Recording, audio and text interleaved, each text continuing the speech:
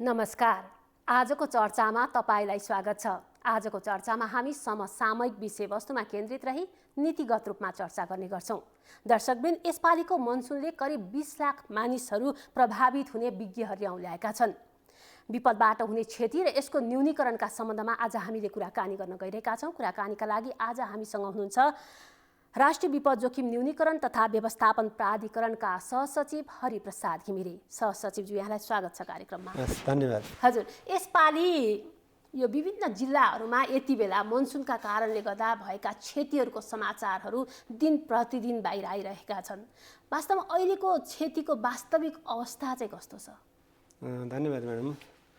यसपालिको चाहिँ मनसुन यो 2079 सालको जेठ 26 गतेबाट मनसुन सुरु भएको चाहिँ जानकारी योभन्दा पहिल्यै जल तथा मौसम विज्ञान विभागले गरेको थियो र त्यो जेठको 26 गतेबाट असारको 16 गतेसम्म आइपुग्दा चाहिँ यो विभिन्न जिल्लाहरूमा, अधिकांश त तराईका जिल्लाहरूमा जलमग्न भएका छन् र चाहिँ मान्छेहरू चाहिँ 11 जनाको मृत्यु भयो।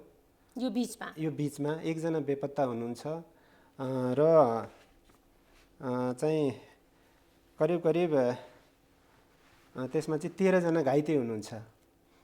यो चाहिँ ठ्याक्क त्यतिदेखि र वैशाख 1 गतेदेखि यो 16 गतेसम्मको चाहिँ मनसुनकै कारणले गर्दाखेरि जम्मा चाहिँ 97 जना व्यक्तिहरूको मृत्यु भएको छ।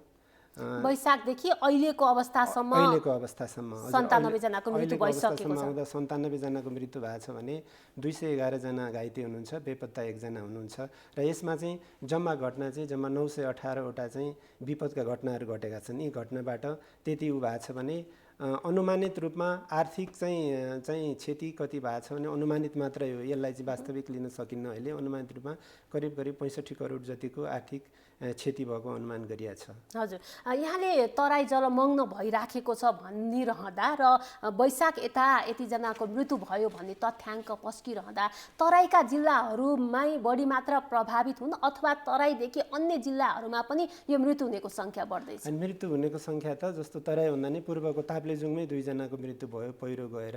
अब विपदले चाहिँ कस्तो, हाम्रो बुझाइ कस्तो छ भन्नुला भने तराईमा चाहिँ बाढी डुबान र कटानलाई विपद भन्ने बुझिन्छ। पहिले सुरुमा विपद भनेको यही हो, मनसुनको बेलामा आउने भने पहाडतिर चाहिँ पहिरो र बाढी भन्ने बुझिन्छ। त्यसकारण यो त पहाडमा पनि भएको छ। अधिकांश चाहिँ पहाडमा चाहिँ पहिरोबाट क्षति हुन्छ भने तराईमा चाहिँ डुबान र कटान र बाढीले क्षति बनाएको छ।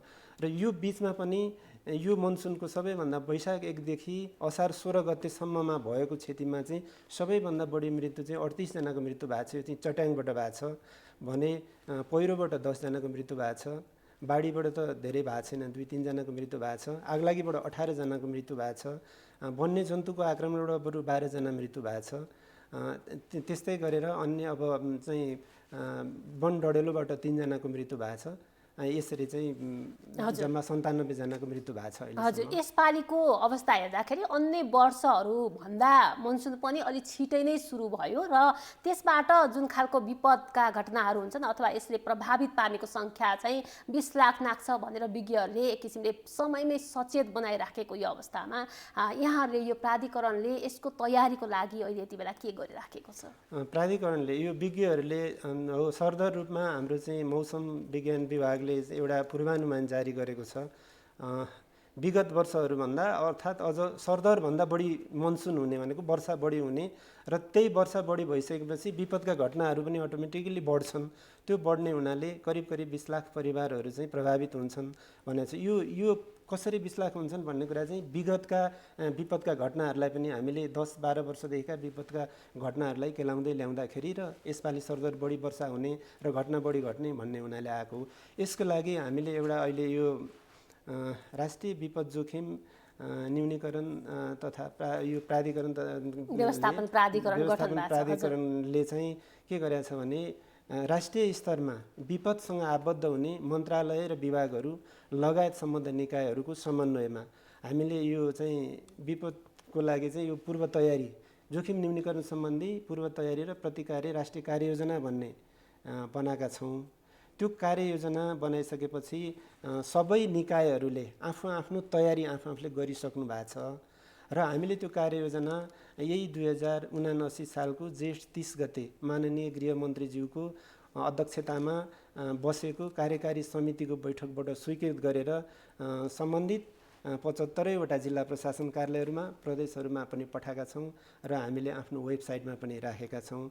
त्यसमा चाहिँ सबै निकायहरूले आफ्नो राष्ट्रिय कार्ययोजना बनाउनु भएको छ, त्यो कार्ययोजना अनुसारको तयारी उहाँहरूले गर्नुभएको छ। हजुर, उहाँले यो भनिरहँदा विपद जोखिम प्रतिकारले कार्ययोजना जुन बनेको छ र त्यो भर्खरै मात्र स्वीकृत पनि भइसकेको छ हैन, त्यो कार्ययोजना एकातिर कार्यान्वयनको सवालमा अगाडि जाँदै गर्ला, तर तत्काल अहिले यो विपदको यो घडीमा अथवा मनसुनले पार्ने प्रभाव, यहाँले अघि पनि भन्नुभयो तराईका जिल्लामा पार्ने प्रभाव फरक खालका छन्, पहाडमा फरक प्रकृतिका छन् भने ती विपदका घटनाहरूलाई कम गर्नको लागि हामीले स्थानीय तहबाट र यहाँ केन्द्रबाट गर्नुपर्ने काम चाहिँ के होला त? केन्द्रबाट हामीले सबै त्यो राष्ट्रिय कार्ययोजना पनि बनायौँ, नीतिगत कुराहरू पनि छन्, नीतिहरू पनि बनाउँछौँ। अहिले संवैधानिक रूपमै पनि विपदको एकल अधिकार स्थानीय तहहरूलाई दिएको छ र प्रदेश र सङ्घको पनि साझा अधिकारको सूचीमा त्यो परेको छ। जिल्लामा जिल्ला विपद व्यवस्थापन समिति हुन्छ, सिडिओ साहेबको संयोजकत्वमा जिल्ला विपद व्यवस्थापन समिति हुन्छ भने स्थानीय तहमा चाहिँ गाउँपालिकाको प्रमुख र नगरपालिकाको प्रमुखको अध्यक्षतामा स्थानीय विपद व्यवस्थापन समिति हुन्छ। उहाँहरूले पनि त्यही अनुसारको तयारी गर्नुहुन्छ। हामीले यहाँबाट त्यो जुन कार्ययोजना पठाएका छौँ त्यही कार्ययोजना अनुसार अब हाम्रा चाहिँ जिल्ला स्थित 3वटा सुरक्षाका निकायहरू पनि त्यो प्रतिकार्यको लागि त्यहाँ तयार अवस्थामा हुनुहुन्छ र यसमा चाहिँ त्यही दिनको डिसिजनले के पनि भनेको छ भने गृह मन्त्रालयबाट अति उच्च जोखिम विपदको कारण अति उच्च जोखिम भएका जिल्लाहरूमा चाहिँ विपदको पूर्व तयारी र प्रतिकार्यको लागि त्यो अति उच्च जोखिम भएका जिल्लाहरूलाई चाहिँ 7-7 लाख रुपियाँ दिने र अन्य जिल्लाहरूलाई 5-5 लाख रुपियाँ रकम निकासा गर्ने भनेर निर्णय पनि भएको छ। र हामीले चाहिँ राष्ट्रिय विपद जोखिम न्यूनीकरण तथा व्यवस्थापन प्राधिकरणले 77वटा जिल्ला प्रशासन कार्यालयहरूलाई चाहिँ विपदसँग सम्बन्धित सिमुलेसनहरू गर्ने, डिलहरू गर्ने, त्यहाँ सानो सानो तालिम गर्नलाई 1,50,000 का दरले रकम निकासा गरेका थियौँ र त्यो रकमले उहाँहरूले चाहिँ त्यो सिमुलेसन कार्यक्रमहरू सञ्चालन गरेर प्रायःजसो धेरै जिल्लाहरूबाट त्यसको प्रतिवेदनहरू पनि प्राप्त भइरहेका छन् र उहाँहरूले अब विभिन्न तालिमहरू गर्ने, त्यहाँका संलग्न निकायहरूलाई पनि गर्ने र त्यसमा चाहिँ कसरी विपदबाट हुने जोखिमलाई न्यूनीकरण गर्न सकिन्छ भनेर काउन्सिलिङ पनि गर्ने कार्यहरू गरिराख्नु भएको छ। यहाँले भने जस्तो जुन उच्च जोखिम र जोखिम खालको त्यसलाई वर्गीकरण गरेर त्यो अनुसार रकमको निकासा गरेको जुन कुरा गर्नुभएको छ 7 लाख 5 लाख के को आधारमा यहाँले उच्च जोखिम केलाई मान्ने, कुन जिल्लालाई कसरी क्याटेगोराइज गर्नुभएको छ, कसरी वर्गीकरण गर्नुभएको छ? त्यो चाहिँ जस्तो हामीले चाहिँ सिन्धुपाल्चोक जिल्लालाई हेरौँ, विगतको विपदबाट प्रभावित भएका जिल्लाहरू जस्तो सिन्धुपाल्चोक भयो अति आक्रान्त छ, त्यस्तै पश्चिमतिरको बागलुङ भयो, बाजुरा जिल्लाहरू भयो, यिनीहरू चाहिँ अलि हाम्रो चाहिँ भूबनोट भूगोल र त्यहाँ चाहिँ त्यो म्यापिङ गरेर रिस्क म्यापिङको आधारमा चाहिँ विभिन्न विज्ञहरूले त्यो पत्ता लागेको आधारमा चाहिँ त्यसलाई चाहिँ त्यो वर्गीकरण गरिया हो। त्यो आधारमा यहाँले पैसा छुट्याउनु भएको छ, रकम निकासा गर्नु भएको छ र त्यसले चाहिँ जोखिम कम गर्नको लागि विभिन्न तालिमहरू सञ्चालन गर्ने कामहरू गर्छन् हैन। यो हामीले यति कुराहरू गरिरहँदा अहिलेको यो अवस्था हेर्दाखेरि विगतका वर्षहरूभन्दा अहिले यहाँले भने जस्तो पालिकामा हामीले स्थानीय तहबाट पनि कार्यक्रमहरू सञ्चालन गर्न सक्छौँ र उनीहरूलाई एकल अधिकार पनि दिएको छ। तर जसरी अधिकारहरू बाँडफाँड भइसकेको छ, एउटा गाउँ तहमा जिल्ला तहमा जसरी चाहिँ अधिकारहरू गइसकेपछि पनि यसबाट हुने क्षति न्यूनीकरणका घटनाहरू हेर्दाखेरि त क्षति दिन प्रतिदिन बढेकै छ। आम नागरिकले पाउने सेवा सुविधा अथवा चाहिँ यसबाट हुने रोकथामका कुराहरू होलान्, उद्धारका कुराहरू होलान्, यसबाट बस्ने उपायका कुराहरू होलान्, त्यो हेर्दाखेरि हामी क्षतिलाई चाहिँ कम गर्न सक्दैनौँ? यो अब प्राकृतिक विपत्तिलाई चाहिँ रोक्न सक्ने बहस त्यो बहस चाहिँ हाम्रो हुँदैन। विपत्ति हुन्छ, यहाँले भन्नुभयो जस्तै क्षतिबाट हुने त्यो क्षतिलाई चाहिँ कसरी न्यूनीकरण गर्न सकिन्छ भन्ने कुरा हो। त्यो कुराहरूमा चाहिँ अब अहिले विभिन्न योजनाहरू जस्तो हाम्रो चाहिँ सडक योजनाहरू हुन्छन्, सडक बनाइन्छ, अब त्यसको चाहिँ एकदम हामीले बनाउने पूर्वाधारहरू हुन्छन्, सार्वजनिक पुलहरू हुन्छन्, ती सडकहरू हुन्छन्, तिनीहरूलाई चाहिँ अलिकति दिगो विकासको हिसाबले बनेको पाइँदैन। किनभने राम्रोसँग सर्वे गरेर त्यो जमिनको भू बनोट हेरेर हाम्रो भू बनोटै त्यस्तो छ कि अब अहिले यहाँलाई के भनौँ भने मैले 72 सालको भुइँचालो गइसके पछाडि हाम्रो चाहिँ जमिनहरू 1 वर्षसम्म पराकम्पन आयो, जमिनहरू असाध्यै हल्लिरहेछ, थिलथिलो भइरहेछ। वर्षाको बेलामा पानी परेपछि त्यहाँ त धाँजा फाटेको छ, चिरा फाटेको छ, त्यहाँ पानी पस्छ। पहाडको अधिकांश चाहिँ जमिनहरू चाहिँ त्यो गलेर कि त पहिरो जाने कि त बग्ने सम्भावना हुन्छ कि भासिने सम्भावना हुन्छ। त्यो रिस्क बढी हुन्छ। त्यसकारण त्यसको लागि चाहिँ हामीले अब बनाउने पूर्वाधारहरू पहिले बनेका त बनिसके, अब ती बनिसकेकालाई चाहिँ कसरी चाहिँ त्यो जोखिमबाट बचाउन सकिन्छ र अब बन्नेलाई चाहिँ जोखिमबाट चाहिँ कसरी न्यूनीकरण गर्न सकिन्छ भन्ने हिसाबले बनाउनुपर्छ। त्यो हिसाबले पनि प्राधिकरण अहिले लागिरहेछ। विभिन्न अध्ययनहरू भइरहेछन्, विभिन्न स्टडीहरू गरिरहेछन्, कार्ययोजनाहरू बनिरहेछन्। हजुर, यहाँले भने अनुसार त साँच्चीकै भन्दाखेरि हेर्दा सामान्य रूपमा विपदका घटनाहरू आउँछन्, बाढी पहिरो हुन्छ, डुबान हुन्छ, क्षति हुन्छ अनि उद्धार गरिन्छ भनेर हेरिरहँदा चाहिँ हाम्रा पूर्वाधारहरू चाहिँ कस्ता छन् त? हामीले यससँग विपदको जिम्मेवार निकाय हेर्दा यसका अन्य निकायहरू पनि यसमा जोडेर आए। यहाँले सडकको कुरा गर्नुभयो, अब सडकसँग सम्बन्धित अब विभागहरू होला अथवा भौतिक मन्त्रालयहरूको कुराहरू होला भन्दाखेरि एक अर्कासँगको समन्वयले हाम्रा संरचनाहरू, हाम्रा भौतिक पूर्वाधारहरूलाई नै चाहिँ दिगो किसिमले अगाडि बढाएर लान चाहिँ जरुरी छ। हजुर हो, एकदम सही भन्नुभयो। एकदमै एक विकासका साझेदारहरू, विकास निर्माणमा संलग्न निकायहरू छन्, उहाँहरूको एक अर्काप्रतिको समन्वय, विद्युत, खानेपानी, सिँचाइ, सडक, यिनीहरूको चाहिँ एक अर्काको समन्वय चाहिँ अत्यन्तै आवश्यक छ र जरुरी पनि छ। किनभने भोलि जस्तो हामीले त्यही त सडक बनाउँछौँ, त्यो एकै ठाउँबाट जस्तो हामीले चाहिँ सिँचाइ ल्याउँछौँ, तटबन्ध नदी तराईमा डुबान हुन्छ हजुरको होइन, तटबन्ध गर्छौँ, त्यहीँबाट सडक र सिँचाइलाई त्यो तटबन्ध गरेर लग्यो भने त त्यो डुबान पनि हुँदैन र त्यो नदीको सिँचाइको उसबाट सिँचाइ पनि हुन्छ, तटबन्ध पनि बन्छ र सडक पनि बन्छ नि। त्यो हिसाबले समन्वय गरेर गऱ्यो भने त अब तटबन्ध निर्माण गर्ने काम एउटाको भयो, सिँचाइ गर्ने काम अर्कोको भयो, सडक बनाउने काम अर्कोको भयो। तीनवटाको समन्वयमा त्यो गरियो भने एक त कस्ट पनि मिनिमाइज हुन्छ र विकास पनि दिगो हुनसक्छ। त्यो हिसाबले हेऱ्यो भने विपदबाट पनि बच्न सकिन्छ, विपदबाट हुने क्षति पनि कम हुन्छ। हजुर, यी कुराहरू जोडिरहँदा विपदबाट जति पनि घटनाहरू घट्छन् त्यसलाई हामीले आकलन गर्ने हो भने यसबाट सबैभन्दा बढी प्रभावित ज्येष्ठ नागरिकहरू, महिला, अपाङ्गता भएका व्यक्तिहरू होइन, सुत्केरी महिलाहरू, बालबालिकाहरू बढी प्रभावित देखिन्छन्। हेर्दा सामान्य लाग्न सक्छ, तर यो कुराहरूलाई पनि व्यवस्थापन गर्न त्यत्तिकै जरुरी छ। किनभने हामीले महिलाका ती विशेष अवस्थाहरूलाई, महिलाहरूलाई पर्ने जोखिमहरूलाई चाहिँ न्यूनीकरण गर्ने स्ट्राटेजी, रणनीति सँगसँगै बनाएनौँ भने यसबाट हुने क्षति जुन चाहिँ हामीले तथ्याङ्कले पनि के देखाउँछ भने यसबाट महिलाहरू बढी प्रभावित छन् है, अपाङ्गता भएका व्यक्तिहरू होइन, ज्येष्ठ नागरिकहरू प्रभावित देखिन्छन्। यसको लागि, यो व्यवस्थापनको लागि अथवा उनीहरूलाई क्षति कम गर्नको लागि यहाँहरूको रणनीतिमा त्यस्तो खालको विशेष व्यवस्था के छ? अहिले वास्तवमा खासै भनेर अब त्यो रणनीति त्यस्तो छैन, तर प्राथमिकतामा उहाँहरूलाई राख्नुपर्छ भन्ने हो। एकदम अहिले जस्तो यहाँले भनेपछि उद्धार र राहतका कार्यहरूमा ज्येष्ठ नागरिक, बालबालिका, महिला, बिरामीलाई चाहिँ एकदम पहिलो प्राथमिकतामा राखेर उहाँहरूलाई उद्धार गर्नुपर्छ, उहाँहरूलाई एकदम सुरक्षित ठाउँमा स्थानान्तरण गर्नुपर्छ, सुरक्षित व्यवस्थापन गर्नुपर्छ। चाहे खाद्यान्नको कुरा होस्, पौष्टिक खाद्यान्नदेखि लिएर औषधि उपचारको कुरा होस्, उहाँहरूका चाहिँ अब निजी नितान्त व्यक्तिगत जीवनसँग सरोकार राख्ने कुराहरू हुन्। ती कुराहरूलाई चाहिँ पहिलो प्राथमिकतामा महिला, बालबालिका, वृद्ध र बिरामीहरूलाई हजुर यहाँले राख्नु पर्छ भन्नुभएको छ होइन। हामीले अघि पनि कुरा गऱ्यौँ, एउटा महिलालाई चाहिँ एउटा घरबारविहीन हुने बित्तिकै अथवा घर भत्किने बित्तिकै बाहिर आएर बस्नु पर्यो, चौरीमा मात्रै पाल टाँगेर बस्नु पर्यो भने शौचालय जाने समस्या पनि हुन्छ होइन। अब महिनावारी भएको महिलाहरूलाई एउटा प्याडको समस्या हुनसक्छ, गर्भवती महिलाहरूलाई आफ्नो बच्चा कसरी जोगाउने भन्ने चिन्ता हुनसक्छ, अथवा त्यति बेला ती महिलाले खाने पोषणयुक्त खानेकुराको समस्या हुनसक्छ। यसो गर्नुपर्छ भन्दा पनि त्यसको व्यवस्थापनकै लागि भनेर प्राधिकरण गठन पनि भइसकेको छ र यहाँले काम पनि अगाडि बढाउनु भएको छ। अहिले तत्काल यी कुराहरूलाई व्यवस्थापन गर्न यहाँले तत्काल त्यस्ता कामहरू अगाडि बढाउनु भएको छ कि छैन?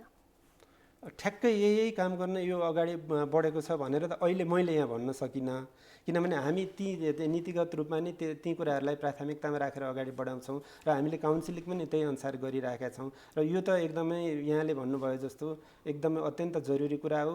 पहिलो प्राथमिकतामा राखेर उहाँहरूलाई चाहिँ यो सेवा सुविधा प्रदान राज्यले गर्नै पर्छ। यो राज्यको पहिलो दायित्व पनि हो र कर्तव्य पनि हो। हजुर, यहाँले जुन एउटा राष्ट्रिय कार्ययोजना स्वीकृत अस्ति भर्खर भयो भनेर हामीले अघि पनि गऱ्यौँ, यसमा एउटा बुँदा चाहिँ यो कुराहरूलाई समावेश गर्ने भन्ने कुराहरू छन् होइन, जुन उद्धार गरेर ल्याएका व्यक्तिहरूलाई जहाँ राखिन्छ त्यहाँ चाहिँ त्यो अपाङ्ग मैत्री पनि बनाउने, त्यहाँ चाहिँ प्याडहरूको व्यवस्था गर्ने भन्ने प्रावधानहरू पनि राखिएको छ र पक्कै पनि भोलिका दिनमा यो कार्यान्वयन हुँदै जाला होइन। योसँगै जोडिएको अर्को विषय चाहिँ विपद जोखिमपूर्ण स्थानको अध्ययन गर्ने भनेर पनि यहाँले भर्खरै मात्रै निर्णय गर्नुभएको छ। कस्तो खालको अध्ययन यहाँले सुरु गर्दै हुनुहुन्छ?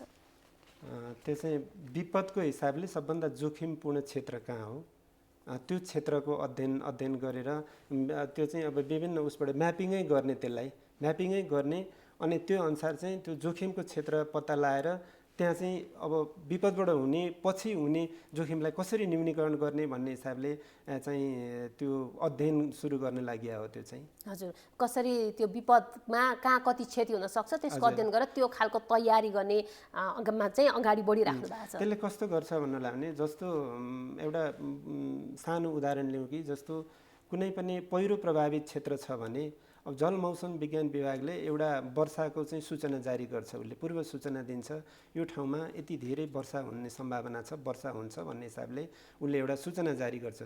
सूचना जारी गरिसकेपछि अब त्यो चाहिँ हाम्रो चाहिँ विभिन्न विज्ञहरू हुनुहुन्छ, भूगर्भविदहरू सबै लगायत जाएर चाहिँ कहाँ कुन ठाउँमा हो कस्तो अवस्था छ के छ भनेर उहाँहरूले त्यो क्षेत्रको विशेष गरेर चाहिँ उहाँहरूले जोखिमको चाहिँ आकलन गर्नुहुन्छ। त्यहाँ आकलन गरिसकेपछि हो यो ठाउँमा चाहिँ जोखिम छ, यहाँ मान्छे बस्न लायक छैन, यसलाई चाहिँ स्थानान्तरण गर्नुपर्छ या के गर्नुपर्छ भन्ने हिसाबले उहाँहरूले त्यसको उ गर्नुहुन्छ र त्यो अध्ययन अहिले भइ पनि रहेको छ। हजुर, विस्तृत अध्ययन गरेर अझै दिगो रूपमा चाहिँ पूर्व सूचना दिने काम भोलिका दिनमा हुँदै गर्ला। तर अहिले पनि तत्काल हुन सक्ने क्षति अथवा चाहिँ कहाँ कस्ता खालका घटना हुन लाग्छ, पहिरो कहाँ जान लाग्छ भनेर पूर्व सूचना दिने केही प्रक्रियाहरू यहाँले अगाडि बढाउनु भएको छ होइन। एसएमएसहरूबाट पनि धेरैले यसबाट सकारात्मक प्रभाव परेको पनि हामीले पाएका छौँ। के लाग्छ यहाँलाई यो जुन पूर्व सूचना दिने जुन खालको प्रक्रिया यहाँले अपनाउनु भएको छ त्यसलाई चाहिँ गाउँ गाउँमा जिल्ला जिल्लामा स्थानीय भाषाहरूमा दिन चाहिँ कतिको जरुरी छ? हो, सही भन्नुभयो यहाँले। अहिले चाहिँ जस्तो जल तथा मौसम विज्ञान विभागले चाहिँ यो वर्षा र बाढीको पूर्व सूचना प्रणाली तयार गरेर उसले जारी गर्ने गरेको छ। अहिले वास्तवमा चाहिँ यो ठाउँमा यति दिनमा वर्षा हुन्छ है भनेर अहिले नै 3 दिन 4 दिनको अवधि राखेर उसले चाहिँ एउटा पूर्व सूचना जारी गर्छ र बाढीको चाहिँ अब बाढी आउने अनुमान छ भनेर जारी गर्छ। र हामीले अहिले के छ भने त्यसभन्दा पनि बढ्दा चाहिँ अहिले जस्तो यो बहुप्रकोपीय पूर्व सूचना प्रणाली भनेर एउटा चाहिँ हामीले अध्ययन गरिरहेका छौँ र यो तयारी पनि गरिरहेका छौँ। यो चाहिँ विभिन्न अरू त्यसमा यो यहाँले भन्नुभयो जस्तो पहिरोको कुरा आएछ। अहिले पहिरोको चाहिँ अध्ययन गरेर पाइलटकै रूपमा काम भइरहेछ, जस्तो सिन्धुपाल्चोक जिल्लामा भइरहेछ र अर्को मलाई जिल्ला ठ्याक्कै याद भएन, अर्को 2-3 जिल्लामा पनि यो पाइलटिङकै रूपमा काम भइरहेछ। यसले चाहिँ के हुन्छ भने एउटा मात्रै होइन, अब चाहिँ सबै हुने है। जस्तो हजुरलाई मैले भने नि चट्याङबाट धेरै मान्छेहरूको मृत्यु भइरहेछ है। चट्याङ आउनुभन्दा अगाडि थाहा पाउन सकिने भन्ने कुरा त्यो चाहिँ अब प्रविधिहरूका विभिन्न प्रविधिहरूको विकास भइरहेछ भने त्यो प्रविधिहरूको प्रयोग गरेर मान्छेलाई अवेर गराउन त सकिन्छ हैन। त्यतिखेर विभिन्न हामीले यहाँले विभिन्न भाषामा भन्नुभयो यो प्राधिकरणले चाहिँ सानातिना विभिन्न जिङ्गलहरू बनाएर विभिन्न भाषामा यो विपद सम्बन्धी जानकारीहरू चाहिँ दिने गरेका छ। हामीले मैथिली, भोजपुरी र अरू तामाङ भाषाहरूमा यो विगत वर्षहरूमा नै यो साना जिङ्गलहरू आएका छन्, तिनी गरेका छौँ। त्यो बहु प्रकोप जन्य अध्ययनको जुन कुरा गर्नुभएको छ त्यसको चाहिँ एउटा पाइलटको रूपमा हामीले काम पनि सुरु गरेका छौँ भन्नुभएको छ। केहरू हुँदो रहेछ यहाँले काम अहिले गरिरहँदाको यो अभ्यास र अन्तर्राष्ट्रिय स्तरमा भएका अभ्यासहरू हेर्दाखेरि हामी कहाँनिर चुकेका छौँ, हामीसँग त्यो प्रविधि छैन अथवा चाहिँ हामीले त्यसको अफोर्ड गर्न सक्दैनौँ, त्यस्ता यहाँले चट्याङकै जुन कुरा गर्नुभएको छ त्यस्ता प्रविधिहरू भित्राउन नसक्ने अवस्था छौँ अथवा हामीसँग बजेटको कमी छ अथवा के छ, यहाँले के पाउनु भएको छ? अनि यसमा अब जस्तो हजुरलाई भन्दा प्राधिकरण स्थापना भएको करिब 2 देखि 2.5 वर्ष भयो। यो बिचमा धेरै कामहरू गरेको छ, किनभने धेरै नीतिगत कामहरू गरेको छ, त्यहाँ चाहिँ निर्देशिकाहरू बनाउने काम गरेको छ, मापदण्डहरू बनाउने काम गरेको छ र धेरै विषयहरूमा अध्ययनका कुराहरू अगाडि बढाइएका छन्।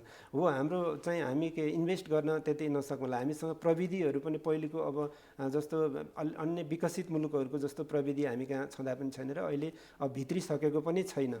तैपनि अब चाहिँ अहिले त के छ भने एउटा चाहिँ ग्लोबल उसको इन्टरनेटको जमानामा हाम्रा विज्ञहरूले यहीँ बसेर पनि स्टडी त गर्न सक्नुहुन्छ, भलै इन्भेस्ट गर्न नसके भने।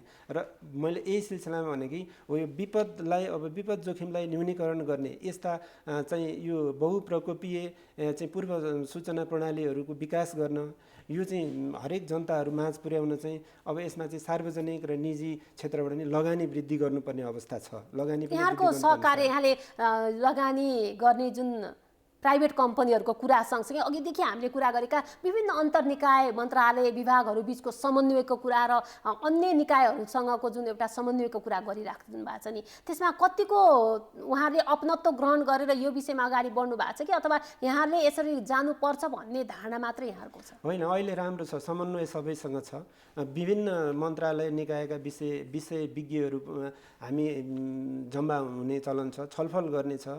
त्यो छलफल गर्ने जम्मा हुने र त्यसबाट आएको चाहिँ जुन निष्कर्ष आउँछ त्यस हिसाबमा चाहिँ अनि अब कसरी अगाडि बढ्ने त, कार्ययोजना कसरी बनाउने, त्यसको प्लानिङ कसरी गर्ने, योजना के बनाउने, कहाँ जाने भन्ने कुरा चाहिँ समन्वयबाट नै अगाडि बढ्छ। त्यो हजुर, हामी लगभग अन्त्यमा छौँ होइन। हामीले धेरै कुरा महिनौदेखि वर्षौँदेखि गर्दै आएका छौँ। अघि यहाँले भने जस्तो मनसुन पूर्व तयारी तथा प्रतिकार्य राष्ट्रिय कार्ययोजना स्वीकृत भइसकेको छ। विपद जोखिमपूर्ण स्थानको अध्ययन गर्ने निर्णय पनि भइसकेको छ। यसै गरी विपद जोखिम कोष सञ्चालन पनि यहाँले गर्नुभएको छ, कोष पनि छ यहाँहरूसँग होइन। त्यो सँगसँगै बहुप्रकोपीय पूर्व चेतावनी प्रणालीको स्थापना गरिने भनेर यहाँहरू अगाडि लागिराख्नु भएको छ। यति भनिरहँदा हाम्रा यी नीतिहरू, हाम्रा यी विधिहरू, हाम्रा यी अध्ययनहरू तब मात्र सार्थक हुन्छन् जब हामीले यो विपदका घटनाहरूबाट जोखिम कम गर्न सक्छौँ अथवा क्षति कम हुन्छन्। आगामी वर्षहरूका अबका यस्ता जोखिम जन्ने समयहरूमा हामीले त्यो आशा गर्न सक्छौँ कि हाम्रा यी कार्ययोजनाहरू अगाडि बढ्छन्, लागू हुन्छन् अथवा हाम्रा ती प्रविधिहरू भित्री सक्छन् र आम मानिसले विपदबाट पूर्व सूचना पाउने कुरामा होस् अथवा यसबाट क्षतिबाट कम हुने सवालमा चाहिँ हामी सकारात्मक दिशामा अगाडि जान सक्छौँ। के भन्नुहुन्छ? एकदम अवश्य आशावादी हुनैपर्छ। हामी लागिरहेका छौँ र हामीले के छ भने विगतका जुन हामीले गर्दै आएका काम कारबाहीहरू छन् तिनमा भएका कमी कमजोरीलाई सुधारेर लाने, त्यहाँ भएका चाहिँ कमी कमजोरीलाई अब अर्को पटक सुधार लाने र इन्फ्रास्ट्रक्चरमा नि अझ राम्रो बलियो के गर्न सकिन्छ, कसरी बनाउन सकिन्छ ती बनाउन लाने। जुन हजुरले भन्नुभयो कार्ययोजना, यही कार्ययोजनाको यसपालि चाहिँ कार्ययोजनाको प्रभावकारी कार्यान्वयन र समन्वय गर्नको लागि यो अन्तर्राष्ट्रिय अभ्यास पनि हो। एउटा अन्तर्राष्ट्रिय अभ्यासकै रूपमा गृह मन्त्रालयको यो विपद तथा द्वन्द्व व्यवस्थापन महाशाखा प्रमुखज्यूको संयोजकत्वमा एउटा यो चाहिँ यो हामी भन्दाखेरि इन्सिडेन्ट कमान्ड भन्छौँ, यो एउटा कमिटी गठन भएको छ। यो मनसुन अवधिभरको लागि यो कार्ययोजनाको प्रभावकारी कार्यान्वयन समन्वय के छ र तत्काल बाहिरबाट चाहिँ आइसकेपछि यसले माथि सुझावहरू दिएर के गर्नुपर्ने हुन्छ भन्ने हिसाबले सरकारवाला जस्तो सञ्चार, हजुरहरू एकदम सञ्चार जगत एकदमै एक नम्बरमा हुन्छ। यसलाई सञ्चार विभाग भयो, सडक विभाग भयो, सिँचाइ विभाग भयो, यी सबै विभागहरूको चाहिँ विभागको प्रतिनिधिहरू राखेर एउटा कमिटी गठन भएको छ। यसले अहिलेको यो कार्ययोजनाको कार्यान्वयन सम्बन्धमा एक आपसमा समन्वय गरेर कसरी प्रभावकारी रूपमा अगाडि लान सकिन्छ भन्ने हिसाबले अगाडि बढिरहेछ। यो कमिटी गठन भएर यसले नै काम गर्दैछ। मैले हजुरलाई भने अब हाम्रो चाहिँ नेपालको चाहिँ अब यहाँले भने जस्तै हो, हामी जोखिमलाई कसरी कम गर्न सक्छौँ। जब जोखिम कम गर्न सकियो भने मात्रै हाम्रा यी सबै कुराको सार्थकता देखिन्छ, नीतिहरू सफल भए, हाम्रा कार्यान्वयनमा गए भन्ने कुरा देखिन्छ। यो सही हो र हाम्रो अन्तत के हुन्छ, अन्तिम चाहिँ के हो भने जीवन बचाउनु हो, व्यक्तिको जीवन बचाउनु हो, पीडितको जीवन बचाउनु हो।